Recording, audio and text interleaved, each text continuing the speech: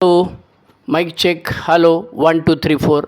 नमस्ते दोस्तों, मेरा नाम श्रीधर, मैं एक शराबी हूँ। आज का दिन शराब से दूर हूँ। अल्कोहलिक्स अनोनिमस की कृपा और ईश्वर की मदद से मैं शराब नहीं पिया हूँ। आज का विषय है पास इट ऑन और उसका 7वां भाग हम कर रहे हैं। और आज की तारीख है भाई क्या है, 11 जून 2025। दोपहर के 12 बज गए हैं और मेरे मुंबई के दादर के घर में बैठ के मैं रिकॉर्डिंग कर रहा हूँ। पास इट ऑन के 6 हिस्से हो चुके थे। तब मैं रिकॉर्डिंग कर रहा था नागपुर की ऑनलाइन मीटिंग में, और आखिरी वाला जो छठा हिस्सा है वो मैंने किया था 29 जनवरी 2025। मतलब मैं 4 महीने के बाद, फरवरी, मार्च, अप्रैल और मई, 4 महीना मैंने इसके बारे में नहीं सोचा, क्योंकि मैं रिटायर हो गया हूँ। लेकिन मैं प्रोफेसर हूँ तो मैं एलएलएम को पढ़ाता हूँ। एलएलबी के बाद में पोस्ट ग्रेजुएट करते बच्चे लोग, तो उसको यूनिवर्सिटी ऑफ मुंबई और 2 3 कॉलेजेस में पढ़ाता हूँ। तो उसमें मैं बहुत बिज़ी था और एक साथ 2 काम नहीं कर पाता हूँ, इधर भी कॉन्सेंट्रेट उधर, तो मैं उसका 7वां हिस्सा नहीं कर पाया। तभी मैंने नागपुर के ऑनलाइन वाले लोगों को बताया था कि भाई अभी मैं नहीं कर पाऊँगा। रात को, बुधवार रात को 9:30 बजे आके मैं रिकॉर्डिंग कर रहा था या शेयरिंग कर रहा था। अब बचे हुए 2 हिस्से, इसके लिए मैं वापस नागपुर की ऑनलाइन मीटिंग में जाके शेयर करना नहीं चाहता हूँ। मैं घर में बैठ के रिकॉर्डिंग कर रहा हूँ और शुरू करता हूँ।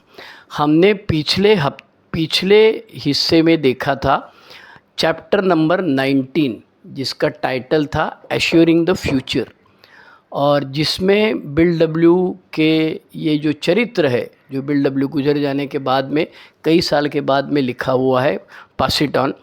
तो इसमें बिल डब्ल्यू ने जिक्र किया है बिल डेवलप्स एज ट्रेडिशंस, मतलब एक की जो रूढ़ियाँ है, परंपराएं जो है वो कैसे आई, उसके बारे में बिल डब्ल्यू का क्या कहना है।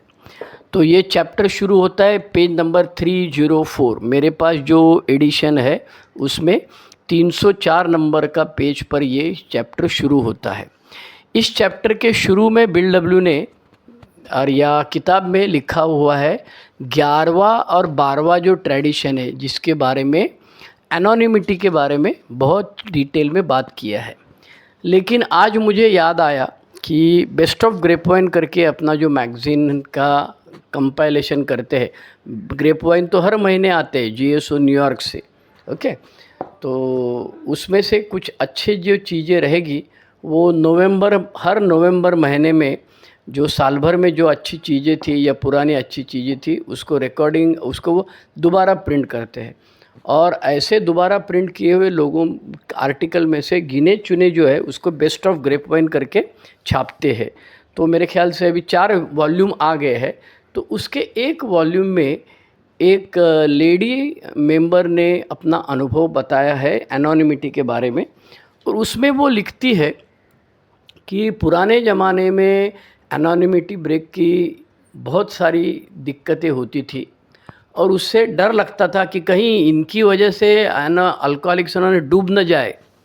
लेकिन वो कह रही है कि तब जब उसने लिखा तब 60 साल हो गए थे अल्कोहलिक्स अनोनिमस, अभी तो 90 साल हो गए, तो 60 साल हो गए थे तभी उसने लिखा हुआ है कि अभी अल्कोहलिक्स अनोनिमस में एनोनिमिटी का ब्रेक का परसेंटेज है वो 0.06% है। और दूसरी चीज़ उसने बताया कि अभी 60 साल के बाद अल्कोहलिक्स अनोनिमस का कुछ नुकसान नहीं होने वाला है, बराबर है। तो अभी जो एनोनिमिटी ब्रेक करने वाले लोग हैं उनको हम समझाते हैं लेकिन छोड़ देते हैं, पागल है।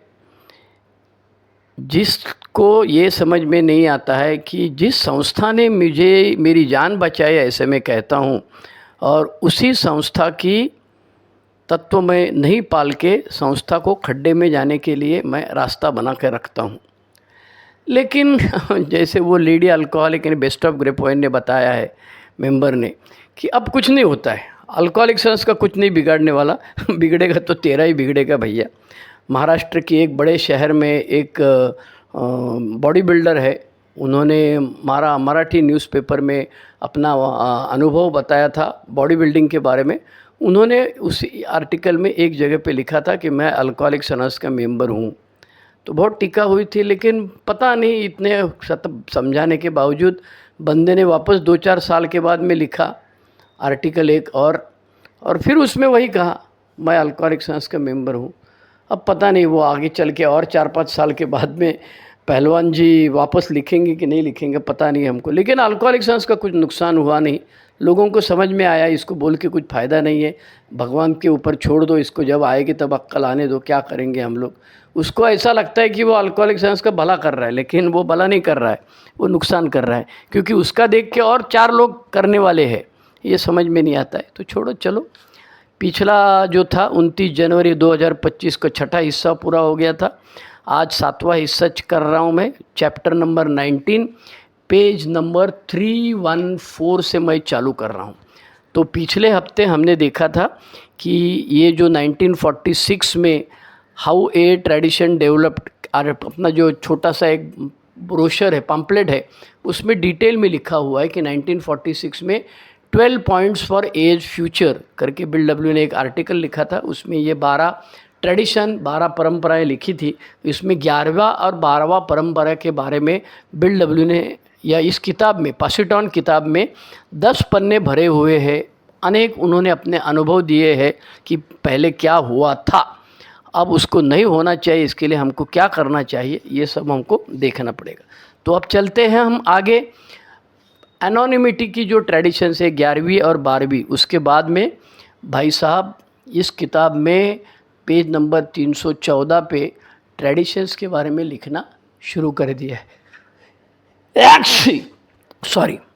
तो दूसरी ट्रेडिशन है, दूसरी ट्रेडिशन में ये कहा जाता है कि वन ऑथोरिटी लविंग गॉड, हमको कंट्रोल करने वाला भैया कोई नहीं है, सिर्फ ऊपर वाला है।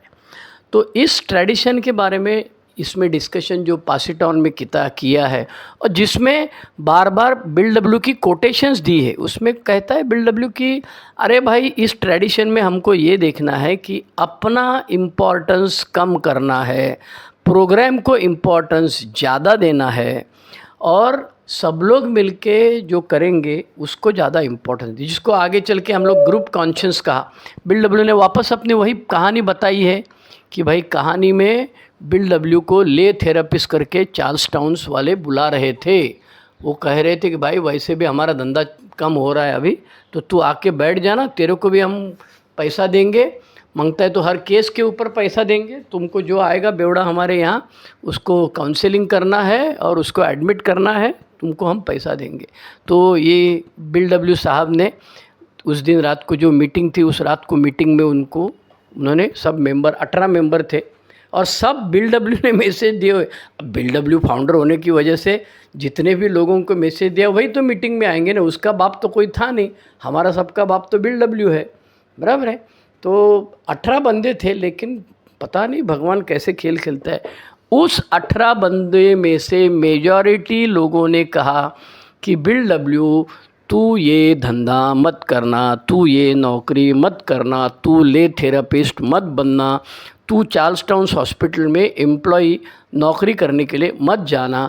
हमको ये सब मालूम है कि तेरे पैसे के वांदे हैं, तू शेयर मार्केट में जाता था, अभी शेयर मार्केट में जाएगा तो अल्कोहलिक्स एनोनिमस कौन देखेगा भाई, पैसे नहीं है, ये सब हमको मालूम है। हम हमारी तरफ से भी कोशिश कर रहे हैं तुमको मदद करने की।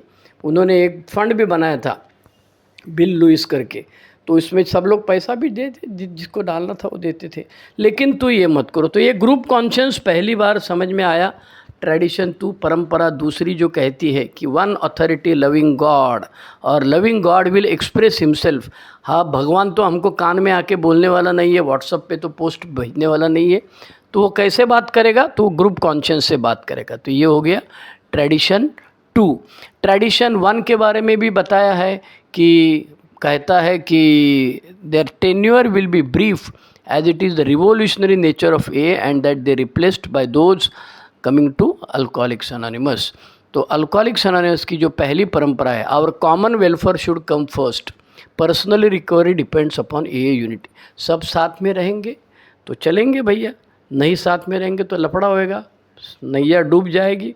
जो हमको ये 12/12 में उसने वो इलस्ट्रेशन दिया है कि समुंदर में एक्सीडेंट हो गया, जहाज फूट गया, एक लकड़ी को पकड़ के 10-12 आदमी चल रहे थे और उनको मालूम था कि एक आदमी अगर ज़्यादा हिलन डुलन करेगा, ज़्यादा खाने की कोशिश करेगा, ज़्यादा पीने की कोशिश करेगा, तो सब नैया डूब जाएगी और सब डूब जाएंगे।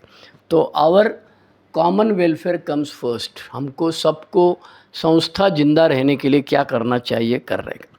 फिर तीसरी परंपरा है only requirement is a desire to stop drinking. Alcoholics anonymous शुरू में सिर्फ जो रॉक बॉटम वाले केसेस थे वो आते थे, लेकिन आहिस्ता आहिस्ता औरतें आई, ब्लैक मेंबर्स आए, जिनको नशे की दूसरी आदतें थी वो आ गए, बाद में जो जेल में से छूटे थे, जिनको सज़ा हुई थी, ऐसे लोग आए।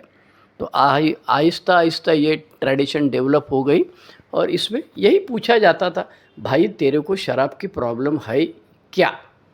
है तो अंदर आके बैठ, उसको दूसरा कुछ पूछना नहीं। तू शराब के साथ में और लफड़ा करता है क्या, और कोई नशा करता है क्या, तू ब्लैक है क्या, तेरी जात क्या है, तेरा धर्म क्या है, तू कौन सी ज़बान बोलता है, तू कहाँ रहता है, कुछ पूछने का नहीं है। तो वो बोलती है परंपरा तीसरी। परंपरा चौथी में कहता है कि हर ग्रुप ऑटोनॉमस है, भाई तुमको जो मांगता है तुम करो, बराबर है। तो शुरू में एक ब्लैक आदमी मीटिंग में आया, एक आदमी आया ब्लैक मीटिंग में, बराबर है, और उसकी वजह से 50 गोरे लोग जो थे आना बंद कर दिया, बराबर है। तो बिल डब्ल्यू ने एक निगरो को मीटिंग में लाया, इसीलिए सब लोगों ने, बाकी के जो सफ़ेद वाले चमड़ी वाले थे, उन्होंने मीटिंग में आना बंद कर दिया। तो हर group, every group is autonomous. तो ग्रुप की बिजनेस मीटिंग ली गई और फिर ऑफ कोर्स ये तो शुरू की तकलीफ़ें थी। आज तो ऐसा कुछ होता नहीं, कोई भी आए, अरे कितने नारकोटिक्स अनोनिमस के मेंबर को मीटिंग नहीं मिल रही है, वो अपने आप को बेवड़ा बोलते हैं और मीटिंग में आ जाते। कई जगह पे तो नॉन अल्कोहलिक है, वो बोलता है मेरे को इधर अच्छा आने के बाद अच्छा लगता है, वो मीटिंग भी चलाता है, वो इंटरग्रुप को ऑफिस में भी बैठता है, वो फ़ोन भी लेता है, क्या क्या करते रहता है। मैं एक जगह पे गया था, वो बोला हे कैसे करते, हाउ इट वर्क्स, हम लोग जो पढ़ते वो पढ़ रहा था। तो शुरू में बोलता है मेरा नाम फलाना फलाना है और मैं शराबी नहीं हूँ। तो मैं बोला भाई इधर आ जा, इधर शराबी 2-3 है, लेकिन वो 2-3 ही बैठे हैं, लेकिन उनको अपना काम करने दो, मैं पढ़ता हूँ, ला भाई। तो चलता है, लेकिन every group is autonomous subject to the condition. Alcoholics anonymous as a whole, उसमें कोई तकलीफ़ होनी नहीं चाहिए। तो ये ब्लैक को लाने का नहीं लाने का, कितने ये वाइट को क्या करना है, ये सब ग्रुप का बिजनेस मीटिंग में तय करना। एवरी ग्रुप इज़ ऑटोनॉमस, तुमको जो मांगता है तुम लोग तय करो। पांचवी परंपरा कहती है और प्राइमरी पर्पज़। ओके, अब इसमें ऐसा है कि भगवान का नाम तो लेते ही हम तीसरे कदम में, उच्च शक्ति का नाम बोलते हैं दूसरे कदम में, लेकिन कुछ लोग ऐसे हैं जिनको भगवान का नाम से भेजा खराब हो जाता है। तो उनको क्या बोलते हैं हम, भाई तेरे को भगवान को स्वीकारना ही पड़ेगा, नहीं तो तू नहीं कर सकता है। नहीं नहीं नहीं नहीं बाबा, ये सब नहीं बोलता है। हमारा primary purpose is to stay sober. भाई तेरे को शराब से दूर रहना है ना, आजा बैठ जा, बस, बाकी कुछ नहीं। वो भगवान और रिलीजन और तेरा धर्म तेरा भगवान, ये सब बाद में देखा जाएगा। ओके, तो बिल डब्ल्यू ने 5वें परंपरा में कहा है प्राइमरी पर्पज़ क्या है हमारा, to stay sober and help other alcoholics to achieve sobriety. अपने आप को शराब से दूर रखना है और बाकी लोगों को शराब से दूर रहने के लिए मदद करना है। परंपरा छठी और सातवीं है। छठी परंपरा में हम कहते हैं neither endorses nor affiliates. Okay, तो इसमें ये कहा गया है कि हमको किसी के साथ में नहीं रहना है। ये पुरानी कहानी, बिल डब्ल्यू और लुइस के ज़माने में भी NCA national council for education on alcoholism, जैसे आज हम लोग शराबबंदी वाले जो गवर्नमेंट का प्रोग्राम होते हैं ना, गवर्नमेंट के डिपार्टमेंट होते हैं, तो हम उससे दूर रहते, हम उनके साथ काम जरूर करते हैं, लेकिन हम एफिलिएट नहीं होते। मतलब समाज कल्याण विभाग, महाराष्ट्र शासन और अल्कोहलिक्स अनोनिमस भिवंडी ग्रुप ऐसे साथ में प्रोग्राम नहीं होते। उनका बोर्ड लगा दो भाई, हमारा बोर्ड नहीं लगाएगा तो भी चलेगा। परवानगी देंगे, परमिशन देंगे तो अलग से लगाएंगे। अल्कोहलिक साइंस का बोर्ड नहीं लगाएगा तो भी चलेगा। आपके प्रोग्राम में आपके इनवाइटी आपने बुलाया, इसके लिए हम आएंगे, हमारा अनुभव बोलेंगे, हमारा फ़ोटो मत निकालो, हमारा नाम पूरा छापो मत, बस इतना ही है। तो परंपरा छठी है, और फिर छठी, सातवीं और आठवीं 3 परंपराओं के बारे में इसमें डिस्कशन किया है। 9वीं के बारे में, 9वीं 10वीं के बारे में ज़्यादा इस किताब में डिस्कशन यहाँ नहीं किया है। अगर डिटेल में हमको हर परंपरा का डिस्कशन चाहिए तो हमको ए कम्स ऑफ एज में जाना पड़ेगा, जिसमें कि हर परंपरा कहाँ से शुरू हुई, कैसे आई, हम लोगों को अक्ल आने के लिए टाइम लगा, हमने मार खाया, हमने गलती किया, हम आज लगता है कि हम सही नहीं थे। तो यहाँ ख़त्म होता है चैप्टर नंबर 19। और इसी चैप्टर नंबर 19 का दूसरा जो हिस्सा है, पहला हिस्सा जो था वो ट्रेडिशन के बारे में, दूसरा हिस्सा जिसके बारे में एक आध दो पैराग्राफ ही इसमें लिखा हुआ है, वहाँ पर ये एडिटोरियल बोर्ड ने लिखा हुआ है कि स्ट्रक्चर, मतलब बिल डब्ल्यू ने झगड़ा शुरू कर दिया ट्रस्टी के साथ में।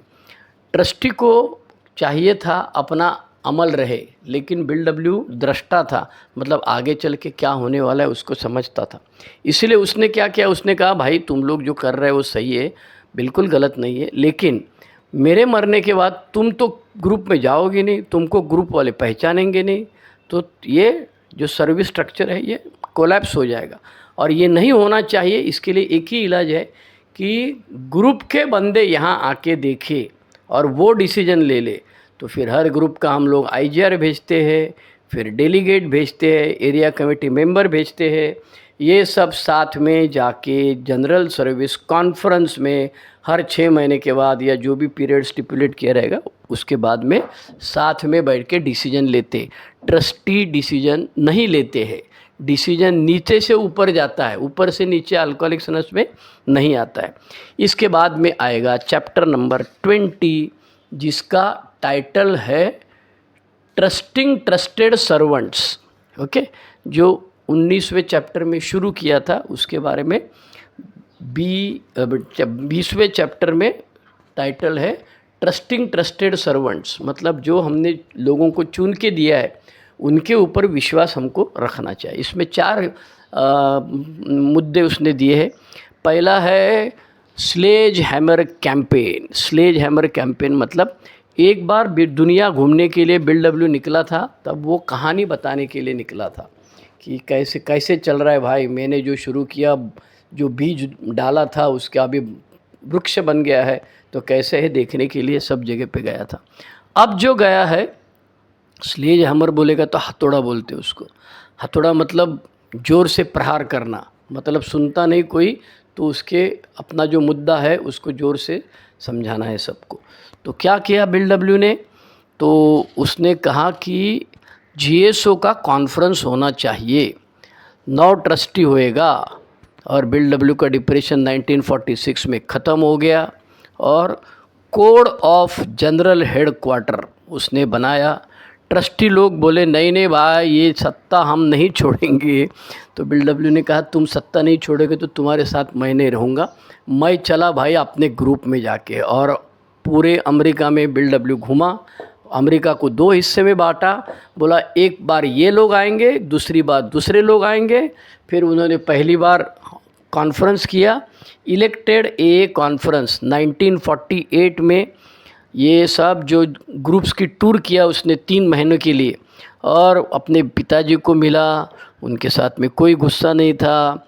बाद में ग्रुप्स में गया और ग्रुप वाले बोले अरे भाई हम तो यही चाहते हैं कि हमारे लोग जाके कॉन्फ्रेंस में GSO में बैठे। ये GSO वाले ट्रस्टी क्या कर रहे हैं हमको मालूम नहीं, ज़्यादा होशियारी करेंगे तो हम पैसा देना बंद कर देंगे। तो बिल डब्ल्यू ने ये आइडिया डॉक्टर बॉब को बताया। डॉक्टर बॉब का कैंसर का ऑपरेशन था। फिर डॉक्टर बॉब ने बोला बिल डब्ल्यू तुम जो बोल रहे हो आइडिया वो एकदम सही है। तो ये जो चैप्टर है 20वां चैप्टर, उसने बिल डब्ल्यू ने कैसे कैसे बताया, ये जो आइडिया थी ट्रस्टी के गले में लगाना चाहिए था। And easy does it, admonition from doctor Bob. Doctor Bob ने बिल डब्ल्यू को झापा। हमेशा कहा जाता है कि बिल डब्ल्यू एक्सेलेरेटर था और डॉक्टर बॉब ब्रेक था। तो डॉक्टर बॉब ने समझाया उसको, अरे भाई तू बोलता है वो सही है, लेकिन एक रात में तो ये सब होने वाला नहीं है, हमको सबको साथ में लेना चाहिए, इसीलिए इजी डज इट, होगा भाई, होगा होगा होगा। लेकिन डॉक्टर बॉब ने उसको डांटा और उसके बाद में ज़रा बिल डब्ल्यू ठंडा हो गया। फिर 12 ट्रेडिशंस जो परंपराएं थी, वो क्लेवलैंड वाला जो ग्रुप था डॉक्टर बॉब वाला, उन्होंने भी स्वीकार कर लिया और doctor Bob agrees to the conference plan just before his death. Doctor Bob की मृत्यु हुई थी कैंसर की वजह से, लेकिन मृत्यु के पहले बिल डब्ल्यू उनको मिलने गए और उन्होंने डॉक्टर बॉब ने बिल डब्ल्यू को बोला कि तेरा जो आइडिया है उसको हम करेंगे, मैं तुमसे सहमत हूँ। और बिल डब्ल्यू डॉक्टर बॉब के बगैर कुछ भी काम नहीं करता था। आइडिया उसके दिमाग में बहुत आते थे, आइडिया के बारे में वो हमेशा बोलते रहता था, लेकिन वो डॉक्टर बॉब ने परमिशन दिए बगैर कुछ नहीं करता था। ओके, तो डॉक्टर बॉब मृत्यु के पहले परमिशन देते हैं, जीएसओ कॉन्फ्रेंस शुरू हो जाता है। फिर चलेंगे चैप्टर नंबर 21, प्रकरण 21, और उसका टाइटल है not to govern but to serve. अब इनको सत्ता मिल गई, किसको सत्ता मिल गई? कॉन्फ्रेंस में। कॉन्फ्रेंस में कौन थे? कॉन्फ्रेंस में ए मेंबर थे। कहाँ से आए थे? हर ग्रुप के रिप्रेजेंटेटिव थे।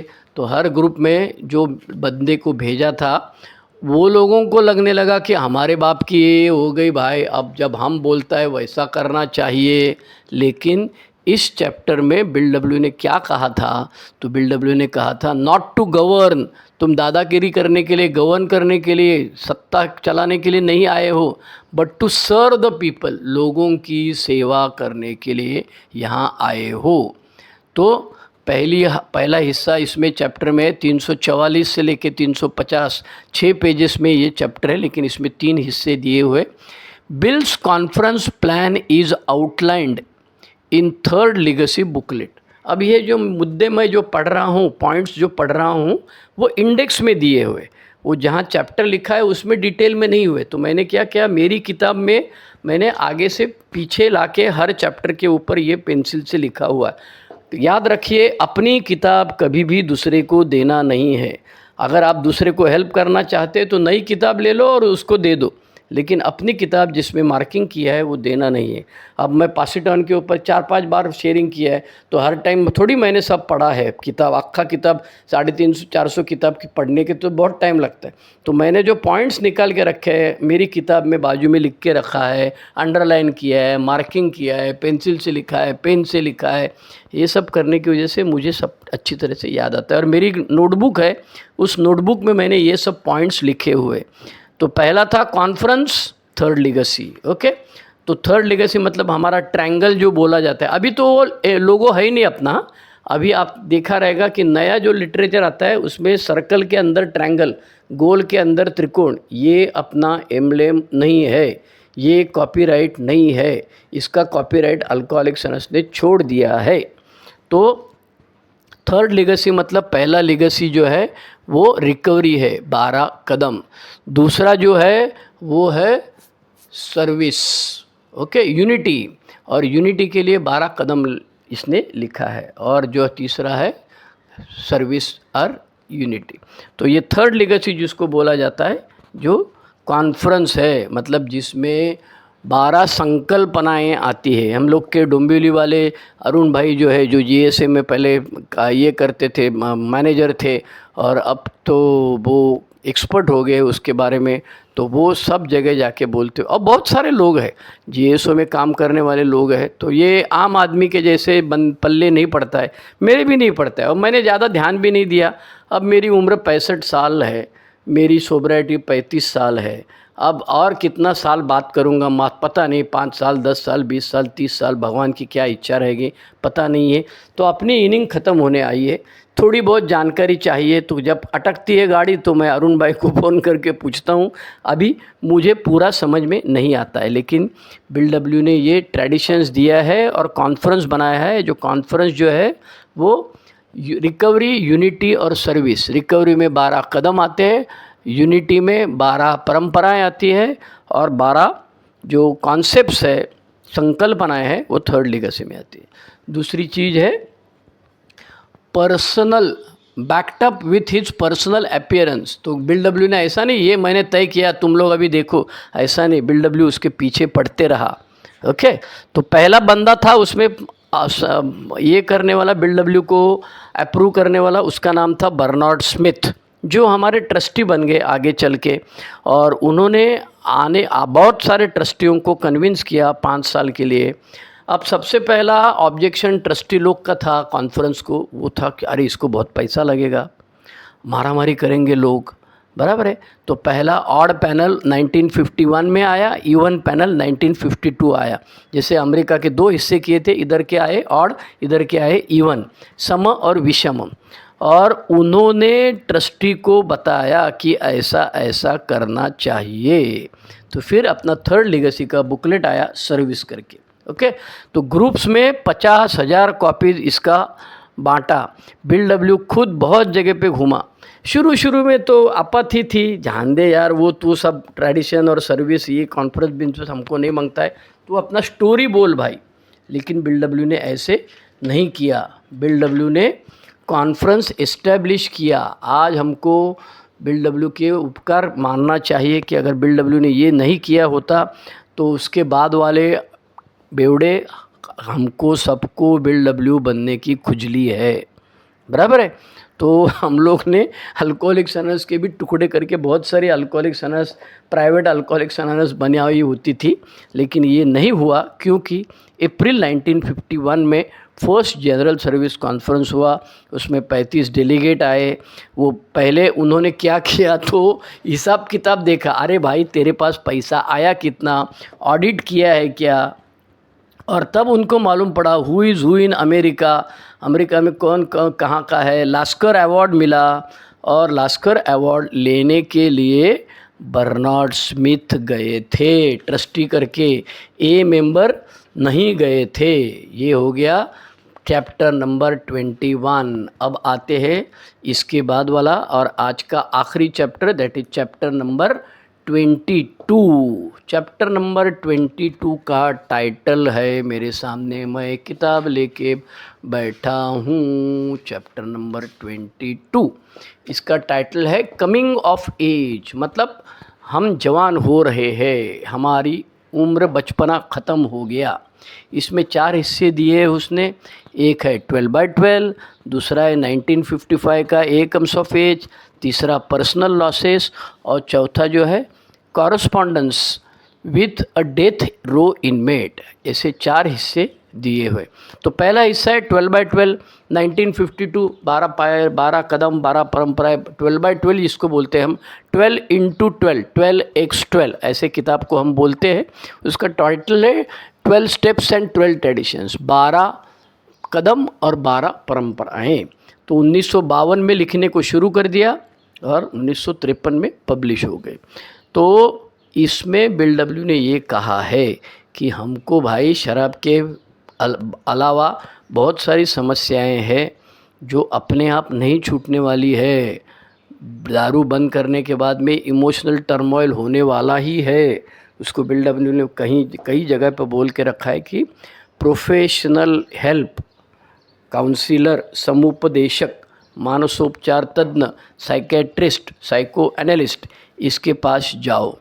और इसी दरमियान बिग बुक की जो 2nd एडिशन थी, जो अभी आउटडेट हो गई थी क्योंकि उसमें कुछ लोग शराब पिए थे और नए नए जो अल्कोहलिक्स अनोनिमस में ग्रुप्स आए थे, जिसमें कि विमेन अल्कोहलिक थे, हाई बॉटम वाले थे, यंग पब्लिक थी, तो इनकी स्टोरियाँ आनी चाहिए थी।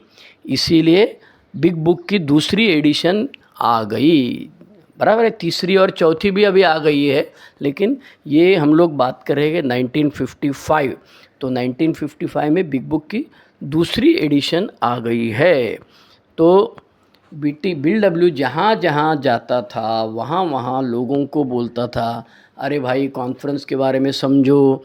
और फिर 2nd इंटरनेशनल कन्वेंशन 1955 में हुआ, और जब हमने अपने आप को, अपनी बचपना ख़त्म, we are coming of age, अब आ रहा हमारा बचपन ख़त्म हो गया 1955 का कन्वेंशन में। ए कम्स ऑफ एज, ओके। तो अपना जो एक अलग से किताब है ए कम्स ऑफ एज, उसमें ये शुरू कैसे हुआ 1935-34 से लेकर 55 तक की पूरी कहानी। बिल डब्ल्यू 2.5 घंटे बात करता था।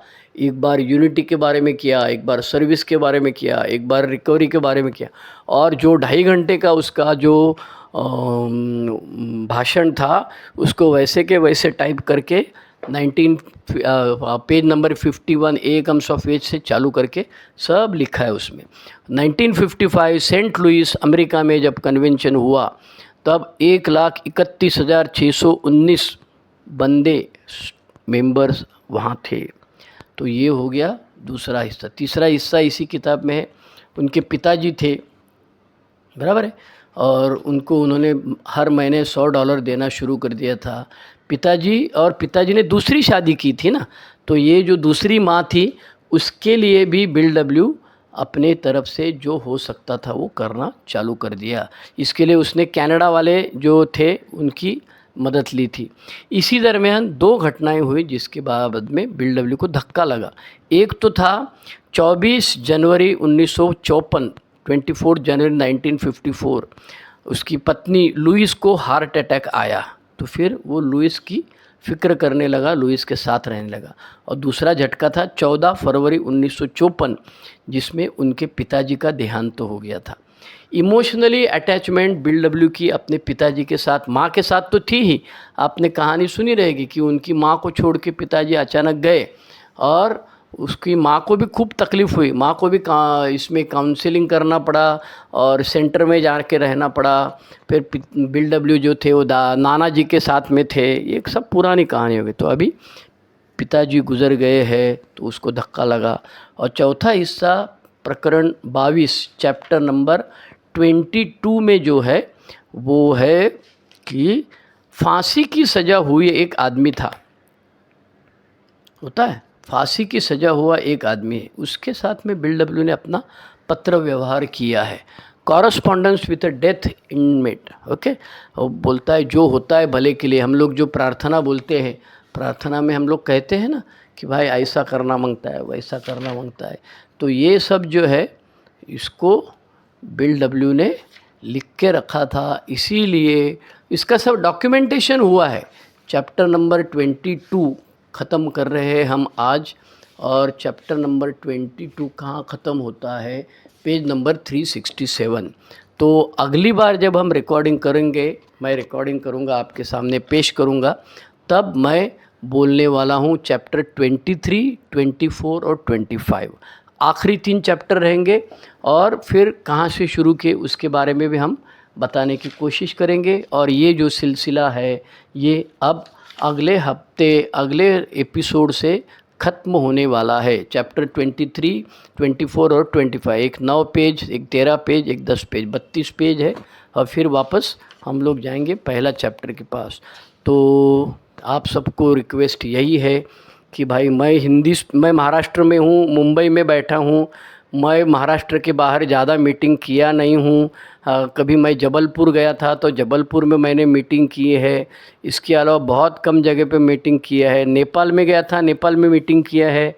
फ्रांस में गया था, फ्रांस में मीटिंग किया है। अभी बेटी मेरी इंग्लैंड में है तो इंग्लैंड में जाऊंगा तो इंग्लैंड में भी मीटिंग करने की, एग्जिटर में मीटिंग करने की कोशिश करूंगा। आप में से किसी को कुछ जानकारी है, मुझे कुछ सलाह देनी है, कुछ सुझाव देना है तो मेरा फ़ोन नंबर ले लो, जीएसओ के पास से मुझे फ़ोन करो, व्हाट्सअप करो।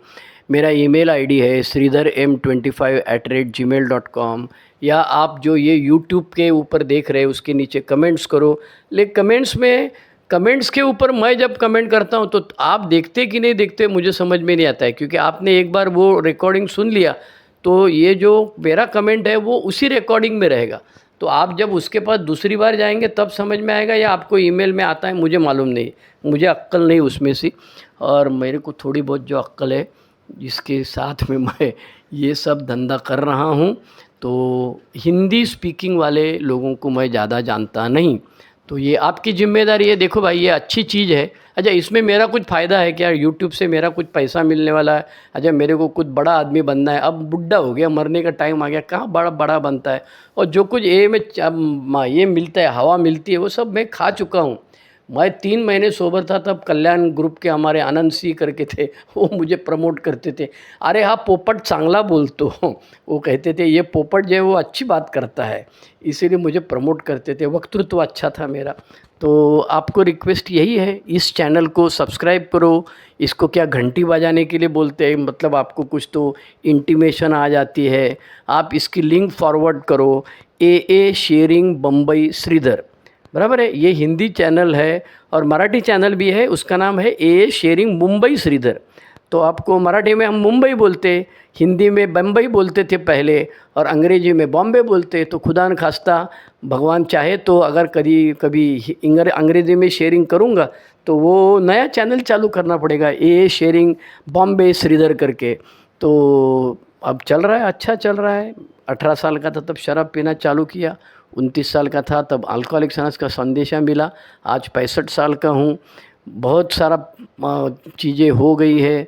आज मेरी समस्या है, जो पैसा है उसको संभाल के रखो, जो तबीयत है उसको संभाल के रखो, जो रिश्ते हैं उनको संभाल के रखो। और ये संभाल के रखने के अलावा मैं विपश्यना में जाता हूँ। पिछले एक विपश्यना किया था, साल में 2 बार जाता हूँ 10 दिन के लिए। एक बार सेवा देने के लिए, एक बार कोर्स करने के लिए। 2 बार मैं साल में जाता हूँ नेचुरोपैथी सेंटर में निसर्गोपचार के लिए। एक बार जाता हूँ वर्धा में गांधी जी का आश्रम, और दूसरी बार जो है वो विनोबा भावे करके थे, उन गांधी जी के शिष्य थे, उनका भाई बाळकोबा भावे, उनका एक आश्रम है पूना में, उरुड़ी कांचन, वहाँ जाता हूँ। एक बार बेटी के पास जाता हूँ साल में एक बार, 1 महीने के लिए। एक बार पत्नी के साथ घूमने जाता हूँ। और फिर अल्कोहलिक्स अनोनिमस के वर्कशॉप करता हूँ। हिंदी वाले अभी सूरत में हमको हरीश भाई ने बुलाया है। बेटी के पास जाके आने के बाद 2 दिन का वर्कशॉप करेंगे, 12 कदम का। सबको लिखने को बोलता है, मतलब मैं अपना कैसेट बजाऊंगा, तुम सुनते रहो भाई, ऐसा नहीं चलता है। सबको लिखना पड़ता है, पहला कदम, चौथा कदम, 9वां कदम, 12वां कदम, सब लिखने का। और बिल डब्ल्यू की जो कहानी की किताब लिखी हुई है, बिग बुक और 12/12 दोनों अपने साथ में रखने का, मैं बोलता हूँ उसमें से पढ़ने का। मतलब हरि भक्त परायण बोलते हैं हम लोग यहाँ पे, जो वारकरी होते हैं उनको, मतलब जो पूज्य आदमी है, पंडित जी होते हैं। तो श्रीधर पंडित जी का प्रवचन सुनने नहीं आना है, अपनी खुद की कैसेट खुद लिखना है वर्कशॉप में। तो आप में से जो सुन रहे हैं, मेरा को बुलाओ भाई, मैं आऊँगा। आने के लिए मैं पैसा वैसा मुझे कुछ देना नहीं पड़ता है। मेरा स्पॉन्सर ने बचपन से अल्कोहलिक्स अनोनिमस में आया तब की बचपन से मुझे ये बताया गया कि भाई अब पैसा नहीं लेना है, अब ज़िंदगी भर लेते रहे तो अभी आने जाने का पैसा, वहाँ रहने का पैसा मैं कुछ नहीं लेता हूँ। आप जैसे कंट्रीब्यूशन निकालते हैं वैसे मैं भी देता हूँ, और 2 दिन रहता हूँ और वर्कशॉप करता हूँ। अगर आपको इच्छा है तो मुझे बुलाइए, करेंगे कोशिश, रिज़र्वेशन करता हूँ और आ जाऊँगा आपके पास, तो मिलेंगे, मुलाकात करेंगे। तो ये था पास इट ऑन का 7वां हिस्सा। आज की तारीख है 11 जून 2025, 12:30 बज गए हैं दोपहर के। दादर मुंबई में मेरे घर में, भाड़े के घर में रहता हूँ भाई मैं, इधर भिवंडी में मेरा घर है। तो यहाँ पे बैठ के मैंने रिकॉर्डिंग किया है। आप सबका धन्यवाद, आपने सुना। और इसको पास इट ऑन करना है, किताब का नाम ही पास इट ऑन है। पास इट ऑन मतलब जो मुझे मिला है दूसरे को देना है, ठीक है। धन्यवाद। One day at a time. Bye bye.